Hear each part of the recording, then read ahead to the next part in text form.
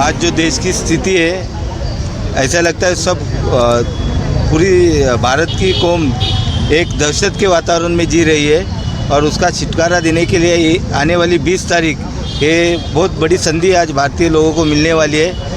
और उस दिन मेरा कहना है कि महाराष्ट्र में और मुंबई में तो हम पलटी करेंगे ही ये सरकार, लेकिन भारत के हर एक नागरिक ने ये तय कर लिया है कि ये टाइम मोदी हटाओ देश बचाओ ये नारा दिया है। और हम लोग ने महाराष्ट्र से भी नारा दिया है अब की बार बीजेपी तड़ी पार, तो ये होके रहेगा, ये होने ही वाला है क्योंकि ये लोगों ने तय किया हुआ चीज़ है। और क्योंकि ये अभी जो गए 2-4 साल में यहाँ पे जो गंदा राजकारण हुआ है, गद्दारी हुई है, उसका लोगों को फिर महंगाई है, बेरोजगारी है, हर एक चीज़ में ये सरकार ने सब लोगों जुल्म डाले, हुकुमशाही की ओर लेके जा रहे, संविधान तोड़ने की बात कर रहे हैं। ऐसे सब चीज़ें बेरोजगारी है, हर एक चीज़ में इन्होंने लोगों को मुश्किल में डाला है। जीएसटी हो, नोटबंदी हो, हर एक निर्णय इन्होंने गलती मतलब किया है। और जो भ्रष्टाचारी लोग हैं, भ्रष्टाचार हटाओ बोलते थे, भ्रष्टाचारियों को एक अपने खुद के पास लेके वॉशिंग मशीन में धो रहे और उनको मंत्री बना रहे। ये कौन सा मतलब बात करने की एक और करने का एक ऐसा तरीका इन लोग का है। इसके लिए लोग सब समझ गए हैं। अभी कोई भी कितने भी प्रचार करे कुछ भी नहीं, लोगों ने तय कर लिया है कि ये टाइम महाविकास आघाड़ी को ही चुन के देंगे और हम लोग उसके लिए प्रचार चालू किए। महाविकास आघाडीचा सर, वोटिंग परसेंटेज जो है बढ़ाना कितना ज़रूरी है इस बार? बहुत ज़रूरी है, बहुत ज़रूरी है।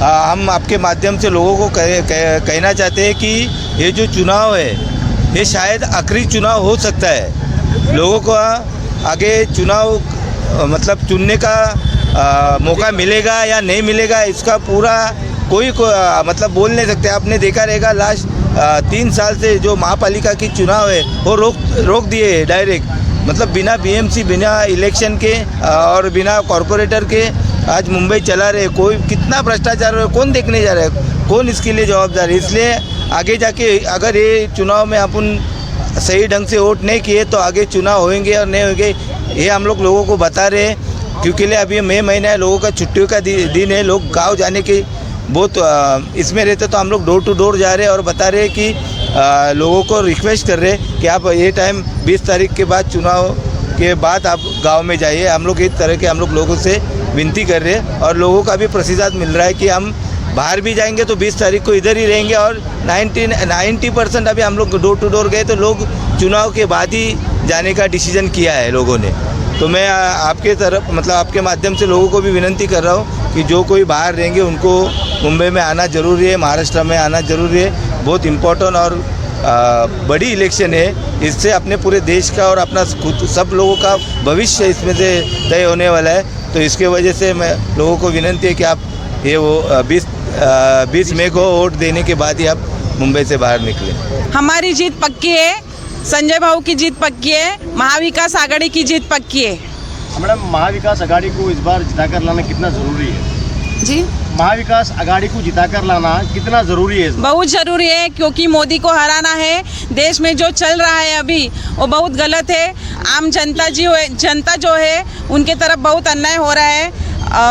मराठी माणसांना नोकऱ्या नाही आहेत, महिला भगिनी जी आहे आमची ती आज रडते। जे महागाई वाढवून ठेवलेली आहे, पेट्रोल डिझेलचे जे दर वाढलेले आहे, सगळीच महागाई वाढलेली आहे। त्याच्यामुळे शिवसेनेचे महाविकास आघाडीची सत्ता येणं खूप गरजेचं आहे आणि ह्या वेळेला आम्ही मोदी सरकारला खाली खेचल्याशिवाय गप्पा बसणार नाही। जे गद्दार आहेत त्या गद्दारांना गाडल्याशिवाय आम्ही गप्पा बसणार नाही आहेत। त्याच्यामुळे महाविकास आघाडीचा सरकार हे येणारच आहे, ही आम्ही तुम्हाला आणि सगळ्या जनतेला शाश्वती देतो की सरकार हे आपलं येणारच आहे। मैडम, आप लोग डोर टू डोर जा रहे हो, लोगों के पास जा रहे हो, संजय दीना पाटिल के बारे में बता रहे हो, उनकी अच्छाइयाँ बता रहे हो, लोगों का कैसा रिस्पॉन्स मिल रहा है आपको? खूप चांगला रिस्पॉन्स आहे, खूप चांगला रिस्पॉन्स आहे। आपला हक्काचा मराठी माणूस आहे, सामान्य जनतेमध्ये फिरणारा माणूस आहे, लोकांचा आवडता माणूस आहे आणि मेन म्हणजे ह्याच्यापूर्वी हे ते खासदार होऊन गेलेले आहेत। त्याच्यामुळे त्यांची जी कामं आहेत ती अगोदर कामं त्यांनी भरपूर केलेली आहेत आणि ह्याच्यापुढेही ते कामं करतीलच। जनता को क्या मैसेज देंगे 20 तारीख के दिन मशाल पे बटन दबाने के लिए? क्या कहेंगे आप जनता को? प्रत्येक घराघरात जाऊन सांगणार की मशाली समोरचेच बटन दाबायचे आहे. आणि पहिली गोष्ट म्हणजे तर हे सांगणार आहे की जिथे कुठे मोदी म्हणजे जे मोदी सरकार आहेत त्यांना आपल्याला खाली खेचायचं आहे, हे प्रत्येक घरामध्ये जाऊन सांगणार आहेत. आणि शिवसेनेचं सरकार आणायचं आहे आम्ही प्रत्येक लोकांपर्यंत आताही सांगतो. आणि ज्या दिवशी मतदान असेल त्या दिवशी लोकांना बिल्डिंगमधून असू द्या, चाळीमधून असू द्या, सगळ्यांना बाहेर काढण्याचा आम्ही प्रयत्न करू आणि 100% मतदान चांगल्या प्रकारे शिवसेनेला, महाविकास आघाडीलाच होणार. देखिए, एक बहुत अच्छा माहौल चल रहा है. जो उनकी 400 पार का नारा था, जो फुग्गा था, वो फूट चुका है अभी. और महाराष्ट्र की जनता एकदम एक्साइटेड है, एकदम गुस्से से भरी हुई है कि इनको सबक सिखाना है. जिनकी बैसाखी लेकर महाराष्ट्र में इन्होंने अपनी राजनीतिक जीवन शुरू किया था, जब इनको कोई साथ नहीं दे रहा था, जब आदरणीय बाला साहब ठाकरे ने इनका साथ देकर इनको यहाँ तक पहुँचाया, उसके बाद उन्होंने बाला साहब ठाकरे के घर में फूट डाली. ये गुस्सा घर घर में है, परिवार परिवार में है. जिन परिवार में उन्होंने फूट डाली है उसका बदला शिवसेना लेकर रहेगी. इसलिए बहुत अच्छा माहौल चल रहा है. और यह माहौल आप आने वाले 4 जून को देखोगे कि संजय बाबू पाटिल सांसद बनके 100% जा रहे हैं. उनकी जीत पक्की है. लोगों का कैसा रिस्पॉन्स है यहाँ पर? लोग क्या कह रहे हैं संजय दीना पाटिल के बारे में? लोग तो इतना तरस्त है कि जहाँ जहाँ हम जाते हैं वहाँ सिर्फ एक ही बात होती है कि बदलाव जरूरी है, इनको बदलना है. ये सरकार बदलनी चाहिए. ये सरकार जो वादे की थी उन्होंने, जो वादे, एक भी वादा उन्होंने पूरा नहीं किया. 15 लाख का वादा हो, चाहे आपको अच्छे घर का वादा हो, कोई वादा उन्होंने पूरा नहीं किया. महंगाई बढ़ रही है, युवा बेरोजगार हो रहे हैं और महिलाएं परेशान हैं. महिलाएं घर कैसे चलाएं? तो ज़्यादातर महिलाएं परेशान है. और जिस सरकार से महिलाएं परेशान हो जाती है वो सरकार गिरना लाजमी हो जाती है. सर, नॉर्थ ईस्ट कॉन्स्टिट्यूंसी में जो है एक इलाका आता है मानपुर विधानसभा. मानपुर में जो है 2-3 दिन पहले जो है रैली निकली थी. वहाँ पे पथराव, ऐसा एक इल्ज़ाम लगाया गया था कि मीर कोटेचा की रैली पे पत्थर मारा गया, एक महिला को चोट भी लगी थी. उसके बिहाफ में मीर कोटेचा ने एक वीडियो जारी किया था जिसमें टोपी वाला गुंडा संजय दीना पाटिल पाल रहा है. और एक और जुमला यूज़ किया गया था कि मिनी पाकिस्तान जो है मानपुर गोंडी को जो है बनाया जा रहा है. क्या कहेंगे इस पर? डर, सिर्फ और सिर्फ डर, इसके अलावा कुछ नहीं है. पिछले 10 सालों से इनकी राजनीति शमशान, कब्रिस्तान, मुसलमान, पाकिस्तान में चल रही है. ये इनकी जब इनकी हवा फुस होती है, जब इनको डर लगता है. इसके पहले ये कई बात नहीं कर रहे थे. ये सोच रहे थे कि हम राम मंदिर के मुद्दे पे हम लोग वोट ले लेंगे. मगर जब लोगों ने देखा कि इनका ये मुद्दा चल नहीं रहा है, ये जब इन्होंने जो इनके धर्मगुरु है उनकी बात नहीं मानी, अधूरे मंदिर की इन्होंने प्राण प्रतिष्ठा कर दी, उसके बाद से ये मुद्दा उनका ख़त्म हो चुका है. तो अब डर का माहौल है. 400 पार ये सोच रहे थे हो जाएगा, मगर डर, सिर्फ डर. और मुसलमान तो इनका मतलब मेन टारगेट होता है. मानपुर को इन्होंने इसलिए पकड़ा है कि संजय बाबू पाटिल पिछले बार जब सांसद बनकर आए थे, चारों जगह से उनको लीड कम हो रही थी. और मानपुर में जब वो डब्बा खुला, जब उनकी, हमारे संजय बाबू फुल लीड में आने वाले हैं, 100% लीड में आने वाले. क्या लगता है इस बार भाजपा तड़ीपार होगी? ये तो हमारे आदरणीय उद्धव साहब ठाकरे का नारा है कि उनका 400 पार का नारा है. और उद्धव साहब ठाकरे साहब का नारा है कि इस बार महाराष्ट्र से तड़ी पार. 400 पार तो उनको संविधान बदलने के लिए चाहिए, लेकिन जो पब्लिक का आज के तारीख में रोष है, खास करके हमारे बम्बई वासियों के और महाराष्ट्र वासी हैं, जो इनका इतना रोष है कि इनको महाराष्ट्र से और बम्बई से तो 6 के 6 खासदार है, ये महाविकास आघाड़ी के चुन के आएंगे. और बम्बई से तो हम लोग पूरी कोशिश कर रहे हैं कि बम्बई से इनको तड़ी पार करेंगे हम लोग बीजेपी को, कि उनका एक भी खासदार चुन के नहीं आएगा. क्योंकि महाराष्ट्र के लोगों का रोष इसके लिए है कि इन्होंने 18 कंपनियां जो गुजरात महाराष्ट्र से लेके गए. हमको गुजरातियों से बिल्कुल रोष नहीं है, लेकिन जो उन्होंने अगर नई कंपनियां वहाँ चालू करते थे तो हमको कोई दिक्कत नहीं थी. लेकिन जो हमारे यहाँ की जो कंपनियां थी वो गुजरात लेके गए.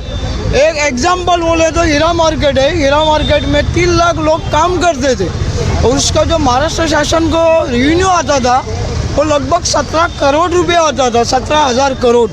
तो 17,000 करोड़ जो रेवेन्यू था वो हमारा महाराष्ट्र शासन का इन्होंने कमज़ोर किए, इकोनॉमिक कमज़ोर किए. तो हम लोग को ऐसे लोग नहीं चाहिए. हम महाराष्ट्रीय लोग की एक खासियत है कि दिल्ली के तख्त के सामने कभी झुके नहीं है, ना आगे भी झुकेंगे। और जो हमारे कुछ लोग गए, जो हमारी दो बड़ी पार्टियां थी महाराष्ट्रियन लोगों की, एक शरद पवार साहब की और एक बाला साहब की, तो उन्होंने जो इनके घर में तोड़ने की कोशिश की है और अपने साथ लिए जो आरोप पहले किए इन्होंने कि ये लोग भ्रष्टाचारी है, लेकिन उनकी गुजरात की जो पाउडर तैयार हुई है उसमें उन्होंने धोल के निकाले और अपने साथ उनको उप मुख्यमंत्री पद दिए और एक को मुख्यमंत्री पद दिए। तो ये सारा रोष हम मतदान के जरिए 20 तारीख को हम लोग बम्बई वासी और महाराष्ट्र के वासी सब दिखा देंगे कि महाराष्ट्र का अस्मिता क्या रहती है। और ज़्यादा से कह रहे हैं कि लोग गांव मत जाइए, पहले मतदान कीजिए और बाद में गांव जाइए। हमारे शिवाजी महाराज के टाइम पे पहले बोलते थे पहले लग्न कोंडाण्याचं आणि मग रायबांचं, यानी पहले सत्ता के लिए जो ज़रूरी है वो करो और बाद में अपने बेटे की शादी करो। तो हम लोग के सारे महाराष्ट्रियन लोग, कोई भी कास्ट का रहे, वो चाहे मुसलमान रहे, हिंदू रहे, जो भी मुंबई में रहता है, वो सारे लोग ने ये नक्की किया है कि इस बार हम लोग महाराष्ट्र से तो इन लोग को तड़ी पार करेंगे, ये सत्ता में नहीं रहेंगे।